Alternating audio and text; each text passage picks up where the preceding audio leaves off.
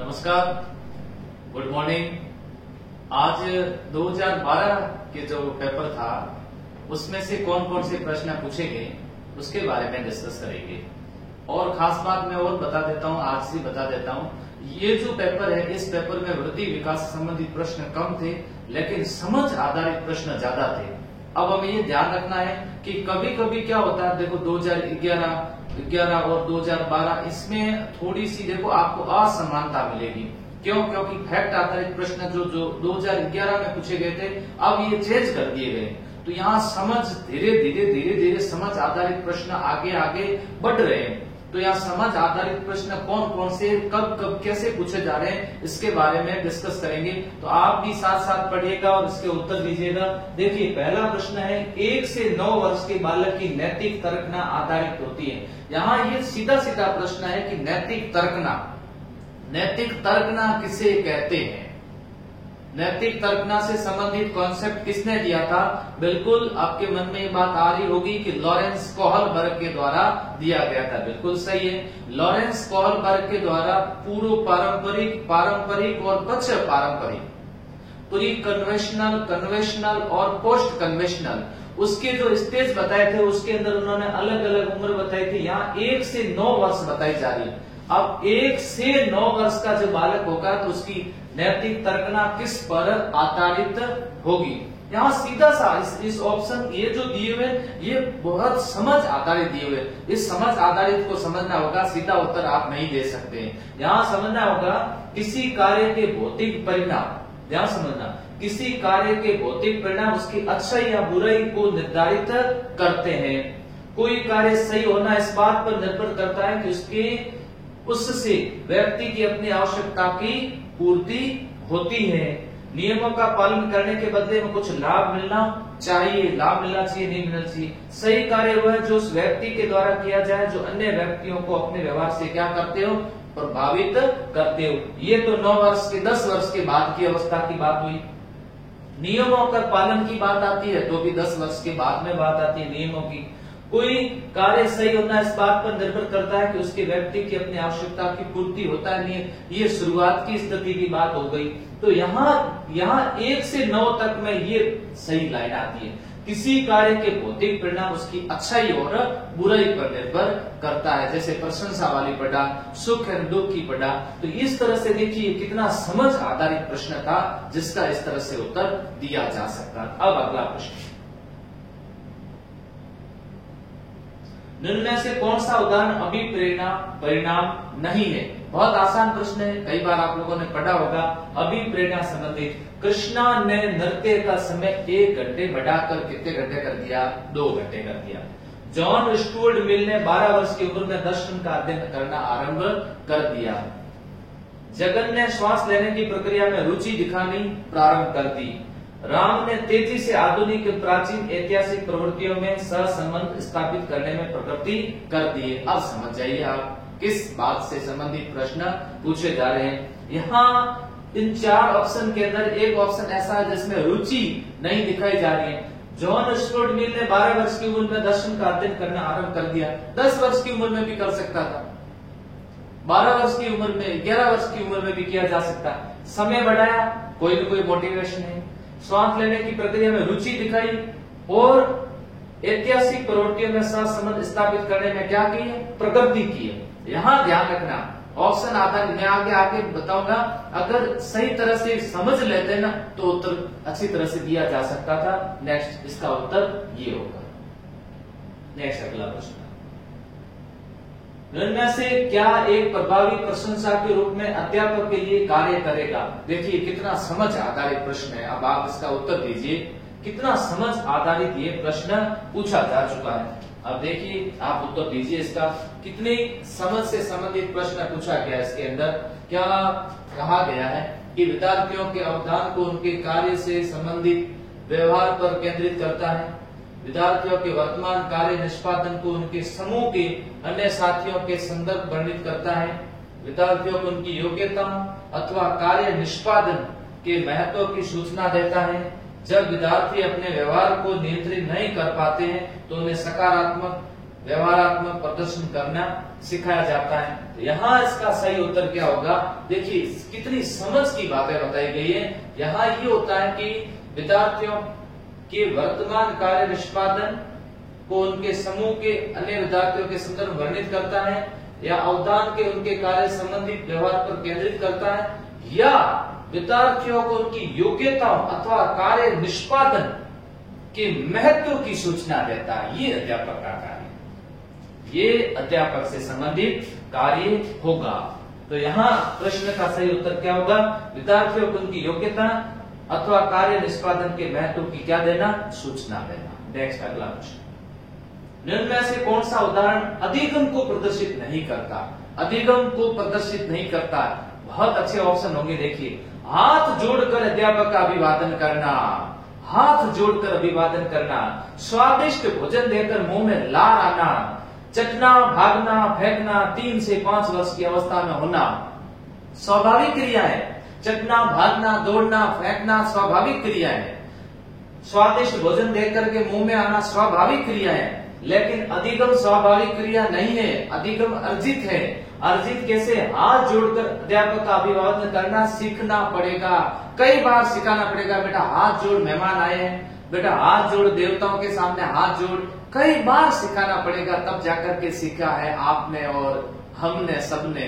तो यहाँ अधिगम, अधिगम सीखना, अधिगम लर्निंग, और अधिगम में अपेक्षा, व्यवहार में अपेक्षाकृत स्थायी परिवर्तन होना, वही क्या है? अधिगम है। ये सही होगा इसका उत्तर। नेक्स्ट, निम्न में से कौन सा चिंतन की प्रक्रिया में सबसे कम महत्वपूर्ण है? देखिए, चिंतन में कौन? भाषा का होना जरूरी है, प्रत्यक्षीकरण का होना जरूरी है, प्रतिमा का होना जरूरी है। चिंतन में देखिए, चित्र, इमेज, प्रतीक, चिन्ह, ये होना जरूरी है। भाषा का होना जरूरी है। मांसपेशियां क्रिया होना कोई आवश्यक नहीं है। चिंतन करते समय हाथ पैर हिलाना, करना, दौड़ना, कूदना, ये कोई आवश्यक नहीं है।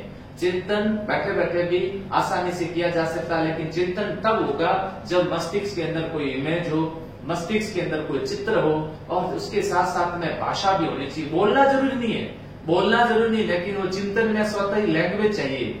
बिना लैंग्वेज के चिंतन फिर आगे नहीं बढ़ पाएगा। नेक्स्ट अगला, इसका उत्तर ये,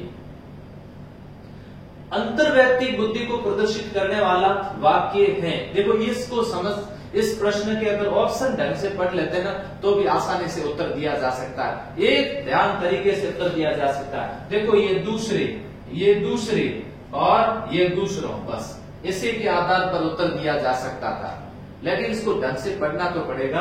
कैसे?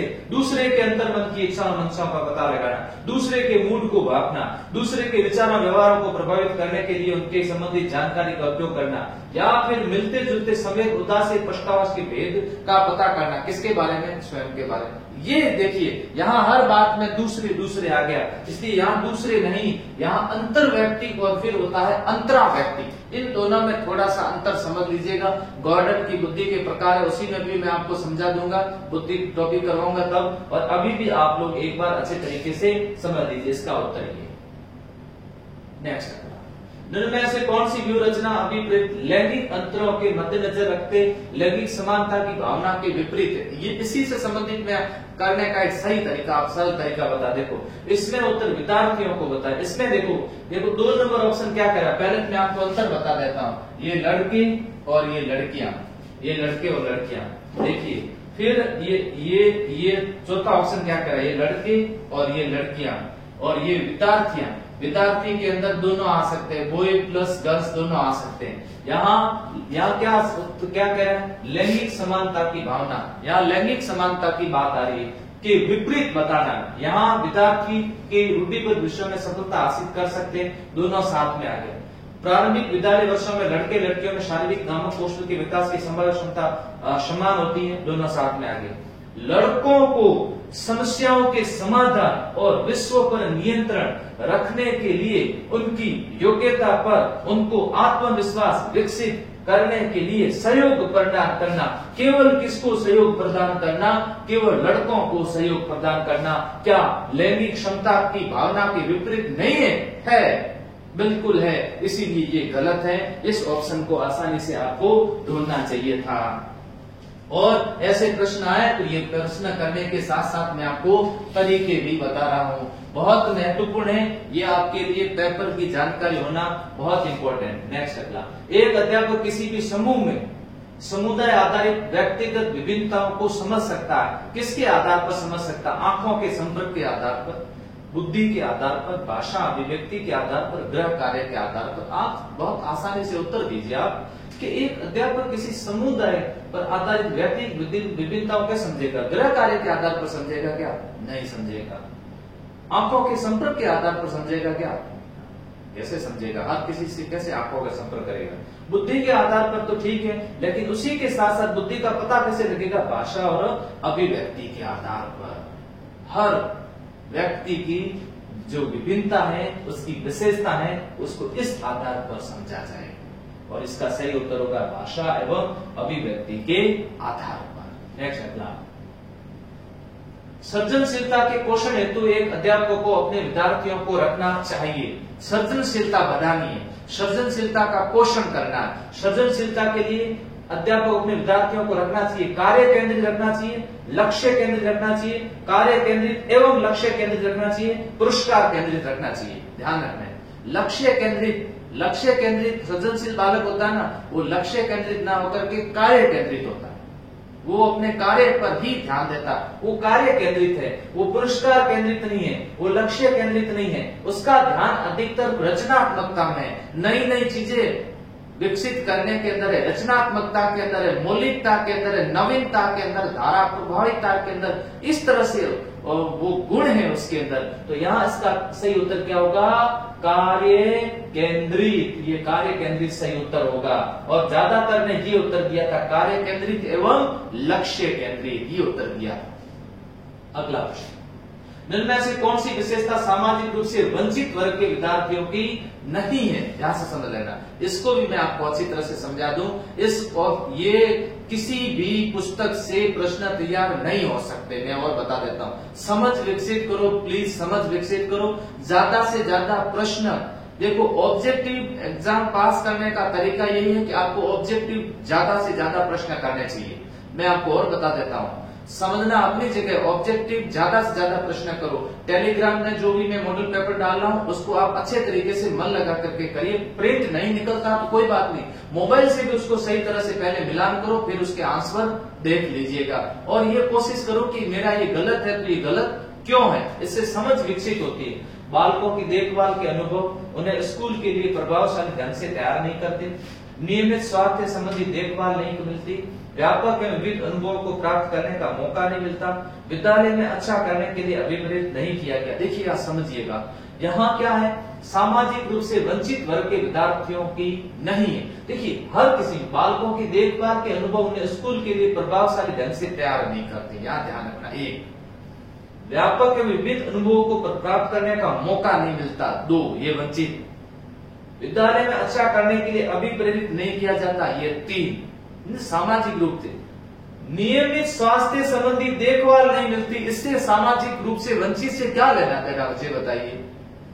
कितना घुमाया हुआ प्रश्न पूछा गया था। नियमित रूप से स्वास्थ्य की देखभाल नहीं हो रही है, इसलिए सामाजिक रूप से वंचित है।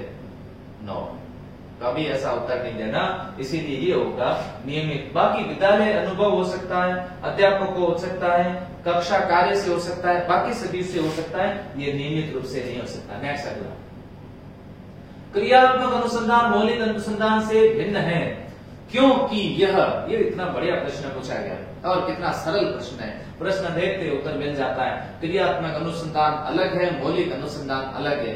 क्रियात्मक अनुसंधान का क्षेत्र संकुचित है, मौलिक अनुसंधान का क्षेत्र व्यापक है। मौलिक अनुसंधान किसी नवीन सिद्धांत के, नवीन नियम के लिए, अनुसंधान के लिए किया जाता है। क्रियात्मक अनुसंधान किसी भी समस्या के समाधान के लिए किया जाता है। देखिए, पहला क्या? अध्यापकों, शैक्षिक प्रबंधकों, प्रशासकों द्वारा किया जाता है। राइट है, ये शोधकर्ताओं द्वारा किया जाता है जिसका विद्यालय से कोई संबंध नहीं है। गलत है, इसका संबंध विद्यालय से ही और शिक्षकों द्वारा ही किया जाता है। ये प्रमापीकृत उपकरणों पर आधारित है। कोई इसमें प्रमापीकृत उपकरणों की आवश्यकता नहीं है। ये न्याय दर्श पर आधारित होता है। कोई इसमें आदर्श की आवश्यकता नहीं है। ये तो केवल अध्यापक, शैक्षिक प्रबंधन, इसमें जो प्रशासक होते हैं उनके द्वारा ही किया जाता है। नेक्स्ट अगला प्रश्न, क्रियात्मक अनुसंधान में, बहुत अच्छा प्रश्न है, बहुत अच्छा प्रश्न है। ये ऐसे प्रश्न तैयार करो, क्रियात्मक अनुसंधान टॉपिक के साथ साथ में क्लियर हो जाता है। क्रियात्मक उपकल्पनाओं का निर्माण समस्याओं के कारणों पर आधारित है। क्रियात्मक उपकल्पनाओं का निर्माण किसी तर्कयुक्त विवेक पर आधारित है। क्रियात्मक उपकल्पनाओं का निर्माण इस प्रकार से किया जाता है ताकि उनका सांख्यिकीय सत्यापन किया जा सके। क्रियात्मक उपकल्पनाओं का निर्माण नहीं किया जाता है, ये गलत है। उपकल्पनाओं का निर्माण तो किया जाता है। फिर 3 नंबर, इस प्रकार किया जाता है ताकि उनका सांख्यिकीय सत्यापन किया जाए, कोई आवश्यकता नहीं है। क्रियात्मक कल्पनाओं का निर्माण किसी तर्कयुक्त विवेक पर आधारित है, आवश्यक नहीं है। क्रियात्मक उपकल्पनाओं का निर्माण समस्याओं के कारणों पर आधारित होता है। समस्याएं हैं, समस्या क्यों है, उसके कारणों को जानना और कारणों को जानने के बाद में उसका उपचार करना, निदानात्मक परीक्षण, उपचारात्मक शिक्षण, ये भी अच्छी तरह से कॉन्सेप्ट को याद रखिएगा। नेक्स्ट अगला, राष्ट्रीय पाठ्यचर्या रूपरेखा 2005 में बहुभाषा को एक संसाधन के रूप में समर्थन दिया गया है, क्योंकि यह एक तरीका है जिसमें प्रत्येक बालक सुरक्षित महसूस करे। भाषागत पृष्ठभूमि कारण कोई भी बालक पीछे न छूट पाए। ये बालकों को अपने पर विश्वास के लिए प्रोत्साहन देगा। इनमें से सभी, देखिएगा जब ऑप्शन मिलते जुलते दिख जाए तो आसानी से उत्तर दिया जा सकता है। यह एक तरीका है जिसमें प्रत्येक बालक सुरक्षित महसूस करे। भाषागत पृष्ठभूमि कारण कोई भी बालक पीछे न छूटे, क्या कहा है, बहुभाषा को एक संसाधन के रूप में समर्थन किया।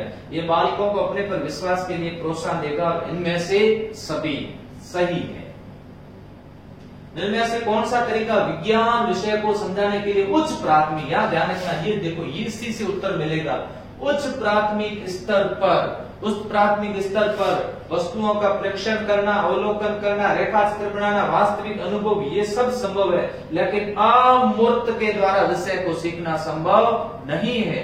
यहाँ पर विज्ञान का विषय है वो मूर्तता पर आधारित होना चाहिए, अमूर्तता पर आधारित नहीं होना चाहिए, ये समझ लीजिएगा। इसलिए इसका ये असंगत है, ये असंगत।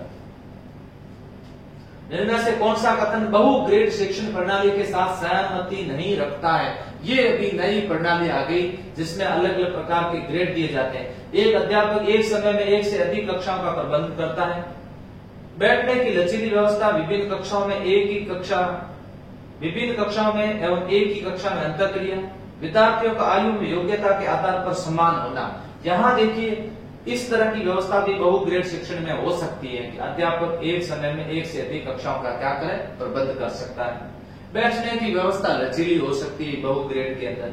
विभिन्न कक्षाओं में एवं एक ही कक्षा में अंतःक्रिया हो सकती है, लेकिन विद्यार्थियों का आयु एवं योग्यता के आधार पर समान होना ये कोई जरूरी नहीं है। बहु ग्रेड शिक्षण पद्धति तब लागू होगी जब विद्यार्थी आयु और योग्यता के आधार पर समान हो, नहीं तो उस विद्यालय में लागू नहीं की जाएगी। क्या ऐसा है क्या? ऐसा नहीं है ना, फिर आसानी से उत्तर दिया जाएगा। ये है इसका 4 नंबर। संज्ञानात्मक विकास में वंश क्रम निर्धारित क्या करता है? संज्ञानात्मक विकास क्या कहता है कि संज्ञानात्मक विकास के अंदर वंश क्रम निर्धारित क्या करेगा? वंश क्रम सिर्फ निर्धारित करेगा मस्तिष्क जैसी शारीरिक संरचना के मूलभूत स्वभाव को करेगा। बाकी सारी बातें वो अनुभव के से सीखता रहेगा, अवस्थाओं के आधार पर सीखता रहेगा, लेकिन ये तो कौन करेगा? निर्धारित शारीरिक संरचना के मूलभूत स्वभाव को निर्धारित कौन करेगा? ये वंश क्रम निर्धारित करेगा। शारीरिक संरचना के विकास को, सहज प्रतिवर्ती क्रियाओं के अस्तित्व को, इनमें सभी नहीं। ये होगा 1 नंबर सही होगा, इसका उत्तर 1 नंबर सही था। इनमें से कौन सा कथन सही नहीं है? जो अध्यापक ये विश्वास करता है कि विकास प्रकृति की वजह से होता है, वह अनुभव प्रदान करने को महत्व नहीं देता। प्रारंभिक अनुभव महत्वपूर्ण होते हैं, कितना समझ आधारित प्रश्न पूछे जा रहे हैं। देखिए, समझ समझ समझ समझ विकसित करनी बहुत जरूरी है। मनोविज्ञान में नंबर अच्छे लाओगे तो ही मेरिट में आगे जाओगे। और अभी बहुत समय है लॉकडाउन के अंदर, अच्छे से तैयारी करो, अच्छे से नोट्स बनाओ, खूब सारी प्रैक्टिस करो। बहुत सारे अभ्यर्थियों के मेरे पास फोन मैसेज आते रहते हैं, सर अब हमारे को क्या करना चाहिए। मैं तो कहता हूँ ज्यादा से ज्यादा कोशिश करो, अपने सेल्फ नोट्स बनाओ और अच्छी तरह से संग्रह कर लो। ऐसा मौका नहीं मिलेगा, आपके पास में एक सुनहरा अवसर है। जिसने समय का सदुपयोग किया वही सफल होगा, बाकी कुछ नहीं होना है। सब भूल जाओगे, सब भूल जाओगे। नेक्स्ट, प्रारंभिक जीवन की नकारात्मक घटनाओं के प्रभाव से कोई भी अध्यापक बचाव नहीं कर सकता। ये कथन सही नहीं है, ये कथन सही नहीं है। व्यवहारात्मक परिवर्तन के संदर्भ में विकास वातावरणीय प्रभावों के फलस्वरूप होता है, बिल्कुल सही है। प्रारंभिक अनुभव महत्वपूर्ण होते हैं और अध्यापक का हस्तक्षेपण भी महत्वपूर्ण होता है, बिल्कुल सही है। जो अध्यापक ये विश्वास करता है कि विकास प्रकृति की वजह से होता है, वो अनुभव प्रदान करने को महत्व नहीं देता। यहाँ भी समझ लेना है। लेकिन इसके अंदर ये है कि प्रारंभिक जीवन की नकारात्मक घटनाओं के प्रभाव से कोई भी अध्यापक बचाव नहीं कर सकता। कर सकता है, कर सकता है। ऐसा नहीं है कि अध्यापक नकारात्मक घटनाओं से किसी बालक को बचा नहीं सकता। अच्छा माहौल दे तो उसका बचाव भी किया जा सकता है। इनमें से कौन सी विशेषता परिपक्वता को अधिगम से अलग करती है? परिपक्वता अधिगम का भी आपस में अच्छा संबंध है और ये मैं कई बार समझाता हूँ, आगे भी धीरे धीरे टॉपिक वाइज समझाता रहूंगा। अब देखिए, संवेगात्मक विकास आपको बढ़ा दिया, संप्रत्यात्मक और भाषात्मक करवा दूं, दोनों को एक साथ करवा दूंगा। उसके पास में चलते हैं, अधिगम की ओर बढ़ते हैं और अधिगम को थोड़ा रुचिकर तरीके से भी आपको पढ़ने में आनंद आएगा। ये एक स्वाभाविक प्रक्रिया है। कौन? परिपक्वता, बस इसी से ही अलग करती है। ये एक कैसी है? स्वाभाविक प्रक्रिया। आप सही उत्तर दे रहे हो। ये अभ्यास पर निर्भर करती है, प्रेरकों पर निर्भर करती है, जीवन पर चलने वाली प्रक्रिया। ये सब गलत है। सिर्फ यह एक स्वाभाविक प्रक्रिया है, बस इतना सा ही हमें याद रखना। और याद क्या रखना? यही समझ आधारित है। नेक्स्ट, अगला, निम्न से कौन सा कथन विकास के संबंध में सही नहीं है? मैंने क्या कहा था, इस प्रश्न पत्र में विकास और वृद्धि से संबंधित ज्यादा प्रश्न नहीं थे और एक आधा कोई प्रश्न था तो बड़ा समझ आधारित था। देख लीजिए, आप पढ़ लीजिएगा इस ऑप्शन के आधार पर और आसानी से उत्तर दिया जा सकता है। विकास के विभिन्न क्षेत्रों में संभाव्य खतरे नहीं होते, बस ये देख लो, सीधा सीधा इसका उत्तर पड़ा। विकास में खतरे नियत होते हैं, वृद्धि में खतरे नहीं है। तो इसमें नियत होते हैं खतरे, तो इसको आसानी से उत्तर दिया जा सकता है। बाकी ऑप्शन भी आप देख सकते हो। प्रारंभिक विकास बाद के विकास से अधिक महत्वपूर्ण होता है, बिल्कुल सही है। विकास का उद्देश्य वंशानुगत संभाव्य क्षमता का विकास करना, बिल्कुल सही। विकास प्रतिमानों की कुछ निश्चित विशेषताओं की भविष्यवाणी भी की जा सकती, राइट है ना। विकास की भविष्यवाणी की जा सकती, वृद्धि की नहीं की जा सकती। दल या गैंग का सदस्य होने से सामाजिकरण उत्तर बाल्यावस्था में बेहतर होता है, बेहतर होता है। दल या गैंग का जब कोई बालक सदस्य बन जाए तो उत्तर बाल्यावस्था मतलब 6 से 12 वर्ष में उसका सामाजिकरण बेहतर होता है। निम्न में से कौन सा कथन इस विचार के विपरीत, इस विचार के विपरीत है? वयस्कों पर निर्भर न होकर सीखता है, ठीक है। जिम्मेदारियों को निभाना सीखता है, बिल्कुल सही बात है। अपने समूह के प्रति वफादार होना सीखता है, बिल्कुल सही बात है।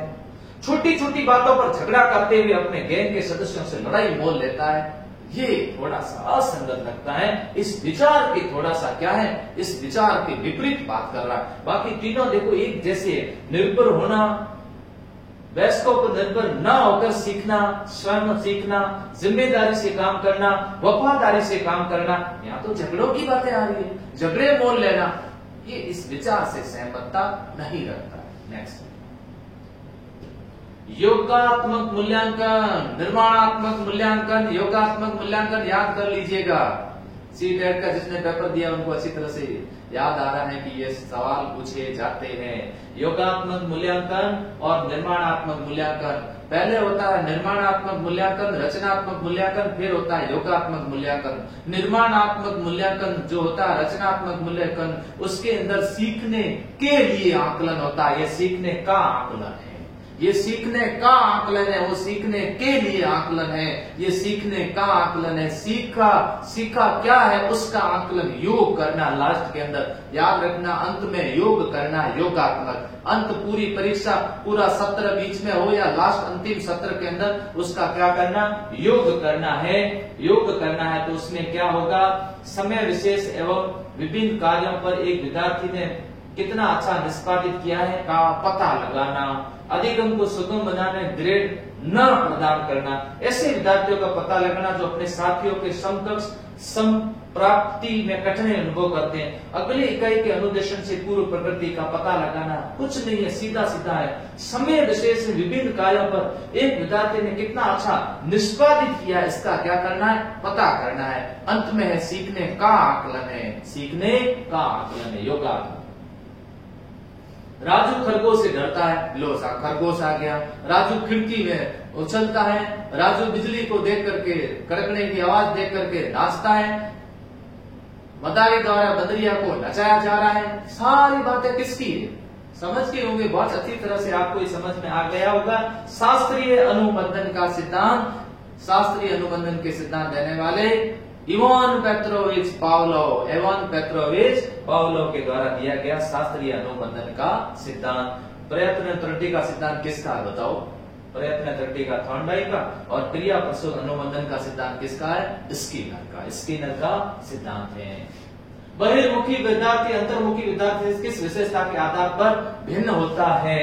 मजबूत भावनाएं, पसंदगी नापसंदगी, मन ही मन परेशान होने की अपेक्षा अपनी भावनाओं को अभिव्यक्त करता है, अपने बौद्धिक कार्यों में डूबा रहता है, बोलने की अपेक्षा लिखने में बेहतर होता है, ये तो है अंतर्मुखी। अपने बौद्धिक कार्यों में डूबा रहता है, ये होता है अंतर्मुखी। मजबूत भावनाएं, पसंदगी नापसंदगी, ये भी किसकी है, अंतर्मुखी। मन ही मन परेशान होने की अपेक्षा अपनी भावनाओं को क्या कर देता है, व्यक्त कर देता है। बहिर्मुखी की ये तो विशेषता है, बहिर्मुखी कभी भी मन ही मन घुटता नहीं है, वो तुरंत अपनी बातें किसी और को बता देता है और हल्का हो जाता है। इसलिए बहिर्मुखी होना चाहिए। जिनमें से कौन सा कथन बुद्धि के बारे में सत्य नहीं है।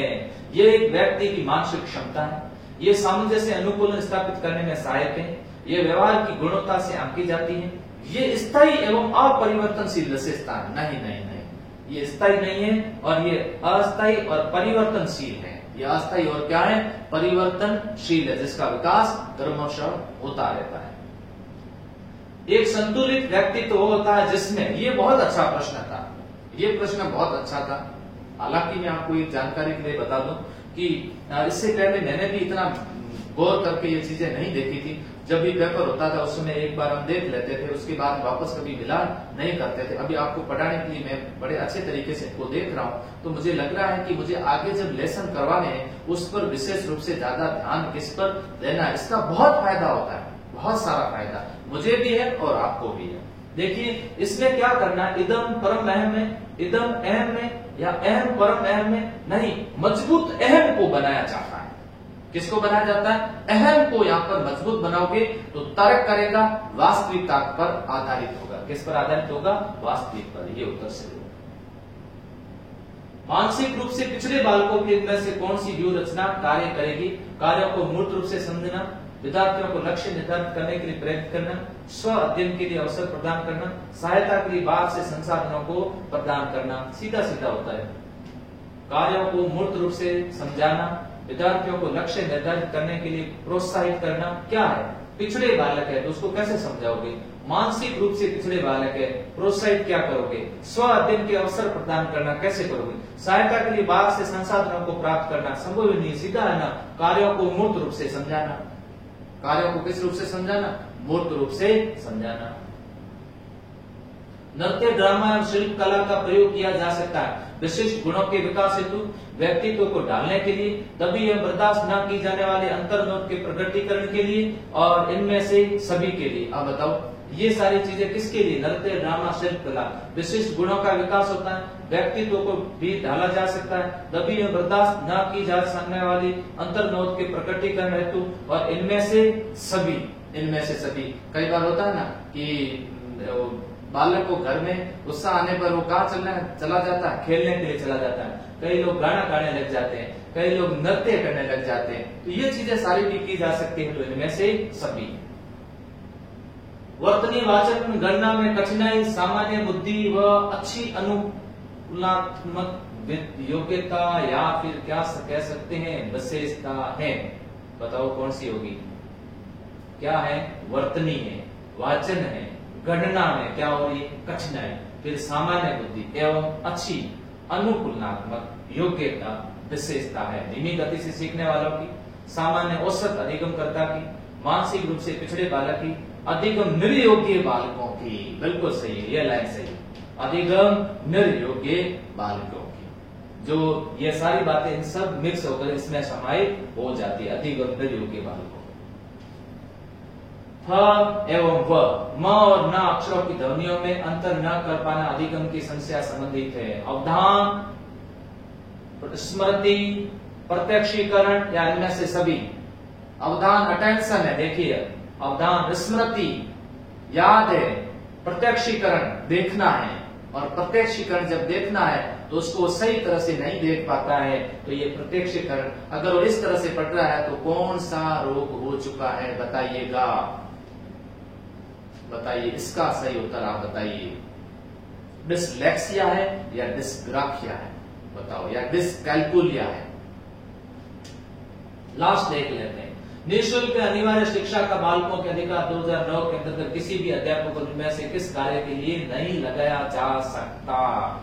पल्स पोलियो अभियान में नहीं लगाया जा सकता, बाकी सभी राष्ट्रीय आपदा कार्यक्रम में लगाया जा सकता है, जनगणना में लगाया जा सकता है, आपदा राहत कार्य में लगाया जा सकता है, चुनाव संबंधी कार्य में लगाया जा सकता है, लेकिन पल्स पोलियो कार्यक्रम में नहीं लगाया जा सकता है। कभी इस तरह से कोरोना जैसी बीमारी आ जाए जिसको राष्ट्रीय आपदा घोषित कर दिया गया हो तो उसमें शिक्षकों को लगाया जा सकता है। तो आज के इस लाइव सेशन के अंदर अपने इस पेपर लेवल फर्स्ट का ये पेपर है, फिर कल क्लास लूंगा, फिर वापस सेकंड का पेपर लेके आऊंगा। इसके बारे में डिस्कस नियमित रूप से करते रहेंगे। आप लोग जुड़े रहिए और पढ़ते रहिए। कोई आपको लगता है कि कुछ अलग करना है, कुछ संशोधन करना है, कोई नई चीज है, तो भी आप मुझे सुझाव देते रहिएगा। धन्यवाद।